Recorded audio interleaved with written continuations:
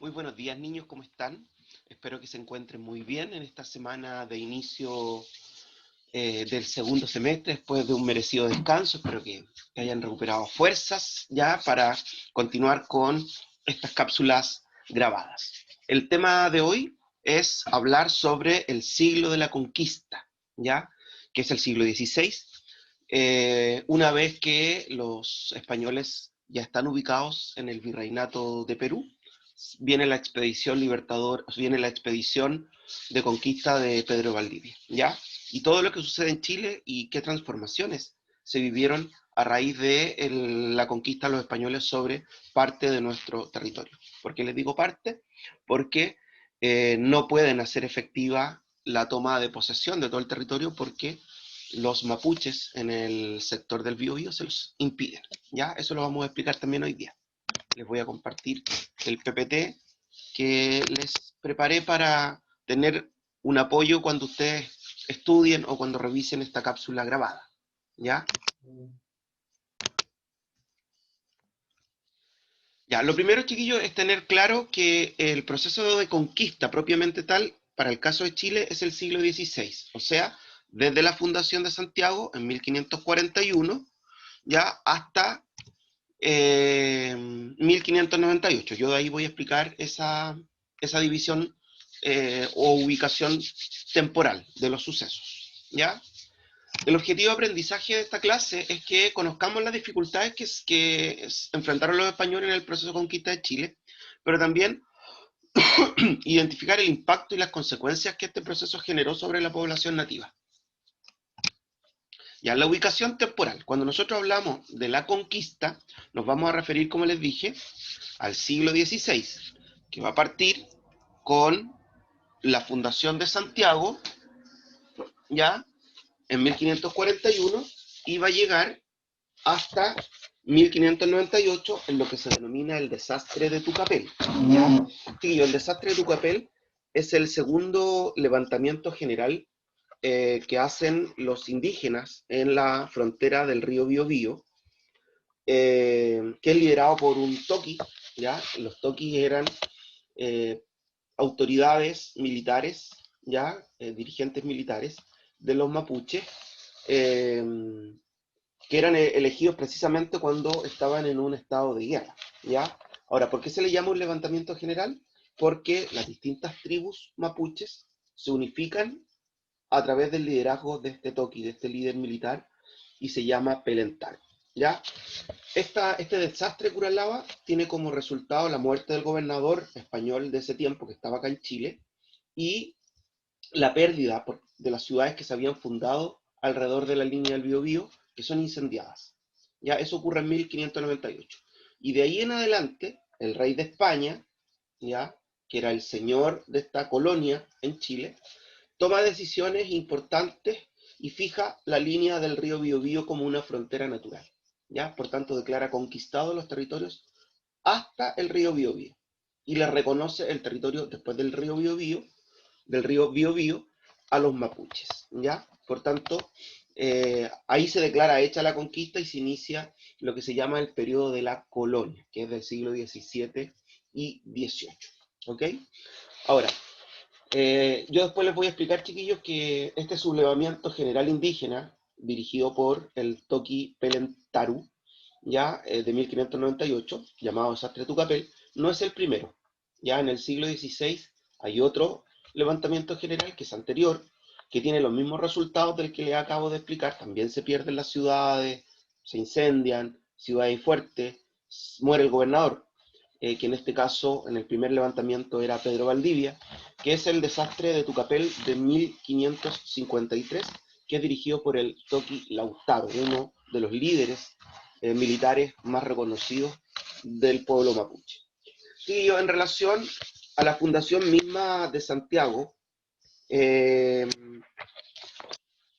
el libro, chiquillo, aparece en el documento 3 de la página 169 una situación bien particular, porque cuando se funda Santiago, en 1541, los indígenas del reino Huelén, ya mapuches, picunches en específicamente, ayudan a Pedro Valdivia en la fundación, en la confección, en la creación de esta ciudad, pero al día siguiente se la queman.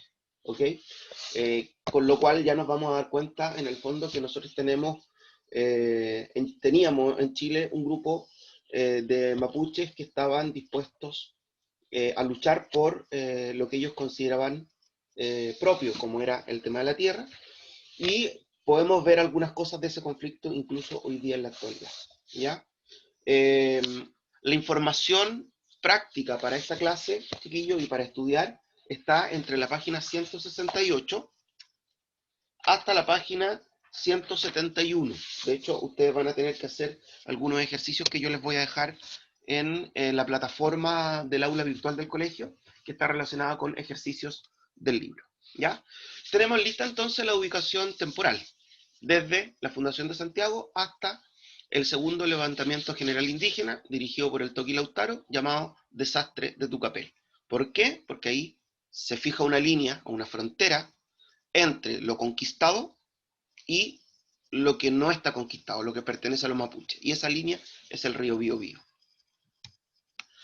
¿Por qué la conquista de Chile tuvo un carácter particular? Esa es una pregunta que aparece en el libro como una pregunta introductoria. Y es interesante. ¿Por qué la conquista de Chile tuvo un carácter particular? Primero, porque la expedición de Pedro Valdivia tuvo muchas dificultades en su organización. Nosotros ya lo trabajamos cuando hicimos un cuadro comparativo entre ambas. ¿Ya? Principalmente porque Chile era un territorio que después del fracaso de la expedición de Diego Almagro tenía mala fama. Era un país pobre y además de indios belicosos, ¿ya? De indios peleadores. Por tanto, muy poca gente de Perú quería enrolarse en una expedición a un territorio que tenía esas características. Por eso que Pedro Valdivia arma su expedición saliendo en un inicio solamente con 9 hombres, ¿ya? Y posteriormente en el camino, en la medida que va avanzando, logra reunir 152, más un porcentaje de indios auxiliares, ¿ya? Y un sacerdote laico. Y de hecho, uno de los temas importantes también es que Valdivia tiene que modificar la ruta. No se atreve a ocupar la ruta de la cordillera de los Andes que había ocupado Diego Almagro, sino que prefiere la del desierto de Atacama, que de igual manera era difícil, pero fue mucho menos cruel de lo que le ocurrió a Diego Almagro, ¿ya? Por tanto, esa es una primera dificultad. La segunda es que tiene un carácter particular también por la resistencia al pueblo mapuche, que fue configurando una sociedad militarizada durante todo el siglo XVI, porque la guerra de Arauco, el enfrentamiento entre españoles e indígenas, se mantiene en forma activa durante este siglo, ¿ya? Donde los españoles tratan de avanzar en la conquista del territorio y los mapuches resisten ese avance español, ¿ya? Como ustedes ya saben, porque yo se los dije recién, van a llegar en el fondo a marcar una línea divisoria entre ambos territorios, el mapuche y el español, que es la línea del Biobío, del río Biobío. Por eso, chiquillos, aquí aparece un concepto que dice Capitanía General, ¿ya? Chile va a adquirir el título de ser un reino de Capitanía General, dependiente del Virreinato del Perú. ¿Por qué significa que sea Capitanía General? Que se reconoce que la conquista no está terminada y hay un estado latente de guerra. Por tanto, el gobernador, la autoridad máxima que hay en nuestro territorio, el gobernador español, es además capitán general de la hueste, o sea, sigue ostentando, sigue teniendo en su poder la obligación y el cuidado de la defensa del territorio. Y por otro lado, los vecinos, que son los que reciben tierras en cada una de las ciudades, tienen también la obligación de aportar a la defensa de esa ciudad. ¿Ya? Por tanto, nosotros no solo somos un reino dentro de la administración colonial, sino que somos una capitanía general, donde el gobernador mantiene el cargo de capitán general de la hueste, que es un cargo militar, y los vecinos tienen la obligación de ayudar en la defensa de las ciudades. Y es también particular porque no se pudo tomar posesión efectiva de todo el territorio. ¿Ya? La capitulación inicial del reino de Nueva Toledo de Chile iba desde el valle del Copayapo, desde el valle de Copiapó, hasta Tierra del Fuego. Pero como ustedes ya saben, no se pudo tomar posesión, sino que se tomó posesión desde La Serena hasta Concepción. ¿Ok? Por tanto, el resto del territorio hacia el sur estaba interrumpido por los mapuches. Acá tenemos nosotros un tema que es importante, chiquillos, porque cuando se funda Santiago, ¿ya? Cuando se funda Santiago en 1541, Santiago, la Nueva Extremadura, ya. Valparaíso no tiene fecha de fundación propiamente tal, ¿ah? Lo que pasa es que hay ciertos asentamientos que se establecen en Valparaíso, pero como de carácter bastante precario, pero sin la solemnidad de lo que implicaba la fundación de una ciudad. Por eso se dice que Valparaíso es una ciudad no fundada, ¿ya? Porque en el fondo surge al alero de la actividad portuaria. Ahora, Valparaíso no va a ser un puerto habilitado durante gran parte del periodo colonial. Recién en el siglo XVIII la corona española va a reconocer la formalidad del intercambio comercial a través de Valparaíso. Ya, eso no quiere decir que Valparaíso no se ocupaba. Sí se ocupaba como puerto, pero principalmente llegaban a él piratas y corsarios a hacer comercio ilegal que estaba prohibido por la corona española. Se funda Santiago, chiquillos, en 1541, se funda La Serena en dos momentos, porque también ocurrió lo mismo con Santiago, fue destruida e incendiada en 1544 y después se refunda en 1549, pero como ustedes se pueden dar cuenta, rápidamente la conquista se dirigió hacia el sur. Ahí tenemos Concepción, aquí está el río Biobío, que va a ser la frontera natural, territorio mapuche, territorio indígena, o sea, territorio mapuche, territorio español, y se fundan una serie de puertos, perdón, de fuertes y ciudades en el sur de Chile. La pregunta que nos tenemos que hacer es por qué la conquista de Chile, una vez que se asentó en Santiago y se fundó La Serena, se dirigió rápidamente hacia la zona del Biobío, hacia la zona de Concepción. Por tres razones. Primero, porque allí estaban los ríos más torrentosos donde se podía lavar oro, porque uno de los principales objetivos que buscaban los conquistadores era oro y plata. ¿Ya? Porque el modelo económico que tenían en ese tiempo se llama mercantilismo, que considera que la riqueza de alguien está en cuanto oro y plata acumule, y principalmente ese oro y plata era para enriquecer a los españoles y principalmente a la corona española que controlaba todo este comercio a través de un monopolio comercial, ¿ya? Donde todas las decisiones las tomaba la corona española. La segunda razón es porque allí se encontraba la mayor cantidad de indígenas para poder encomendarlos, entregarlos en servicio personal obligatorio a un español, a un miembro de la hueste, como parte de los premios que se le prometían a estos aventureros que se enrolaban, ya que se inscribían, que participaban de esta expedición. Y también porque allí había una gran cantidad de tierras fértiles para ser entregadas en merced de tierra, también como uno de los premios para eh, también como uno de los premios para los miembros de la hueste. Y vamos a sumar un cuarto factor, que es la necesidad que tenían ellos de hacer efectiva la toma de posición del territorio hasta Tierra del Fuego, pero obviamente que no pudieron pasar. ¿Ya? Como yo les decía anteriormente, chiquillos, hay dos grandes levantamientos generales mapuches en el siglo XVI, en el siglo de la conquista. Uno dirigido por el Toqui Lautaro, que se llama el desastre de Tucapel, ahí está la imagen, que es en 1553, y la otra, el desastre de Curalaba, dirigido por el Toqui Pelentaru en 1598, eh, donde se pierden las ciudades del sur porque los indígenas queman las ciudades que estaban al sur del Biobío, y en estos enfrentamientos mueren los gobernadores de la época. Ya en el caso de 1553, Pedro Valdivia, y en el caso de 1598, García Oñez de Loyola. ¿Ya? Por tanto, son movimientos importantes y que en el caso del desastre Curalaba a los españoles los lleva a tomar la decisión de fijar la frontera del río Biobío como frontera natural entre el dominio español y el territorio mapuche.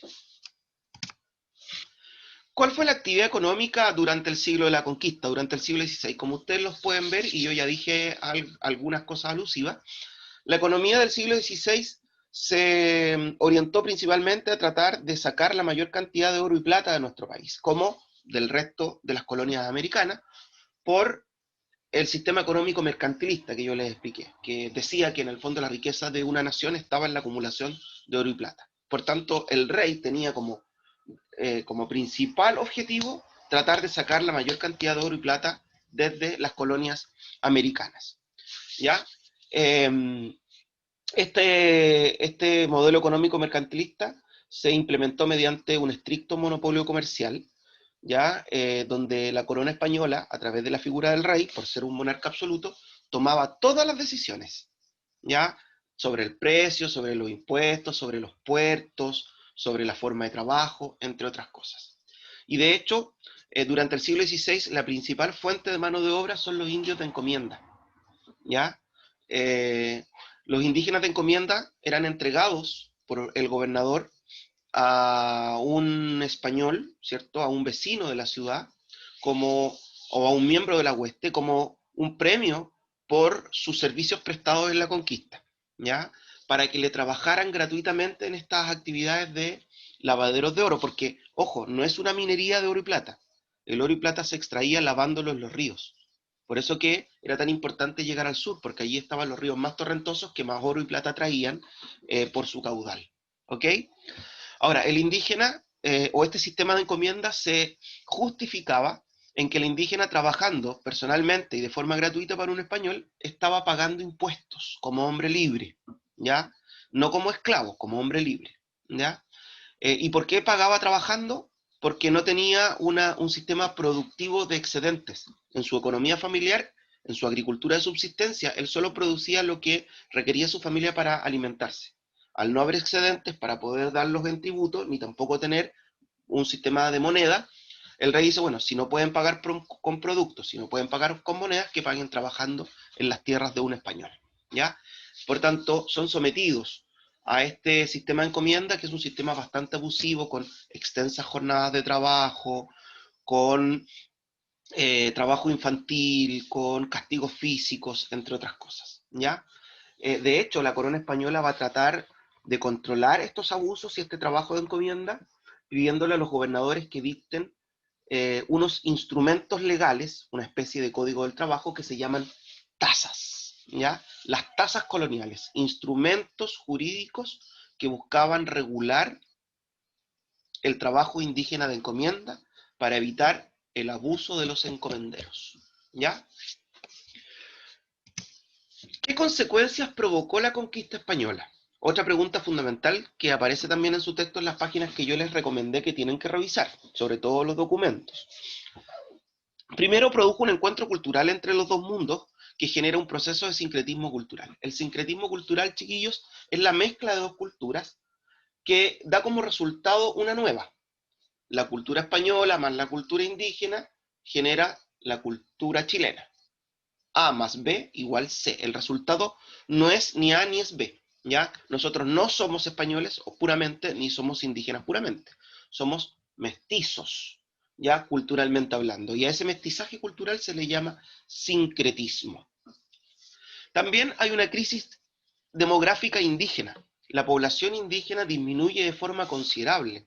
De hecho, se calcula que para 1541, cuando se funda Santiago, habían cerca de 1 millón, eh, 1 millón de indígenas en territorio chileno, y en un censo que se aplique alrededor de la década de 1620, no se puede contabilizar más de 250.000. O sea, un tercio de los indígenas de Chile había muerto en un lapso de 80 años. Y esto se debe mayoritariamente a tres factores. Las enfermedades que traen los españoles, para la cual los indígenas no tenían un sistema inmunológico para poder defenderse, y se contagian, se enferman y se mueren. Los abusos de la encomienda, ¿ya? Los abusos de trabajo y los castigos, y el desgano vital, la pérdida de la vitalidad, del querer vivir por parte de la población indígena cuando ve que sus patrones culturales comienzan a ser destruidos. Ya no quieren en el fondo seguir teniendo hijos, ya, y eso obviamente que ralentiza la tasa de natalidad y con ello también el crecimiento vegetativo, el crecimiento del volumen de la población chilena. También otra consecuencia es el mestizaje físico, lo que yo les comentaba recientemente, ¿ya? La unión entre españoles e indígenas que van generando una raza, mal llamada raza, entre comillas, de población mestiza que se transforma en el grupo poblacional más importante y de mayor número durante el siglo XVII y XVIII. Y también hay un sometimiento económico mercantilista mediante un monopolio comercial impuesto por la corona española. ya que yo se los había explicado anteriormente. Ya, chiquillos, espero que esta cápsula les haya servido principalmente a través de la respuesta a las preguntas esenciales que nos teníamos que plantear. Y ustedes van a quedar con algunas actividades del libro que se las voy a dejar cargadas en la página, en el aula virtual del colegio. Y la tienen que responder en sus cuadernos poniendo el título del tema, que es la conquista de Chile, siglo XVI. Tienen que poner la fecha en cuando realizan la actividad y poner la página del libro del cual están respondiendo y posteriormente anotar enumeradamente sus respuestas, ¿ya? Y en el horario de chat respondemos la duda y hacemos la retroalimentación de esa actividad. Que estén muy bien, chiquillos, mucha energía para este segundo semestre. Los espero el jueves en el horario de chat. Que estén bien, nos vemos.